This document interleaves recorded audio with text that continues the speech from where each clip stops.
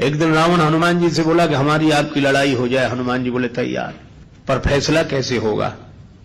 बड़ी देर तक लड़ाई होगी, तुम भी बलवान और हम पर भी राम जी की कृपा है। रावण बोला लंबा वाला युद्ध नहीं, एक एक मुक्के का युद्ध, एक मुक्का मैं मारूंगा, एक तुम मारो। हनुमान जी ने कहा हम तैयार है। रावण पहले मुक्का तुम ही मारो। रावण बोला मैं क्यों, तुम क्यों नहीं?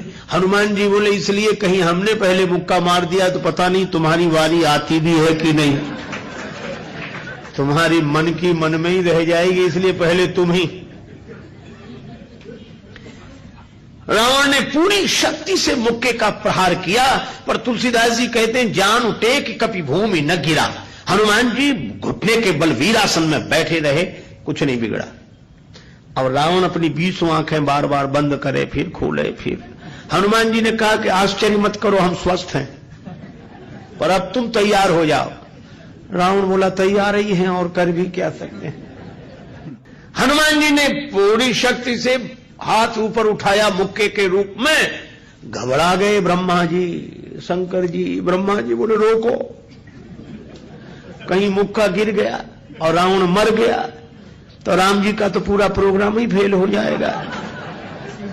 उनकी रामायण पूरी होने दो, तुलसीदास जी की और लीला राम जी की पूरी होने दो। अब हनुमान जी हाथ नीचे करें, आवे ने ऊपर देखा तो ब्रह्मा जी हाथ जोड़े थे कि दया करो।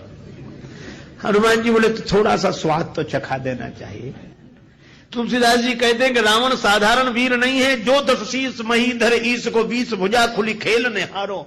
और उस पर जब हनुमान जी ने प्रहार किया तो सो हनुमान हन्यो मुठिका, तो रावण को ऐसे लगा कि गिरिगो गिरिराज जो गाज को मारे हो, जैसे गिरिराज हिमालय पर वज्रापात हुआ हो।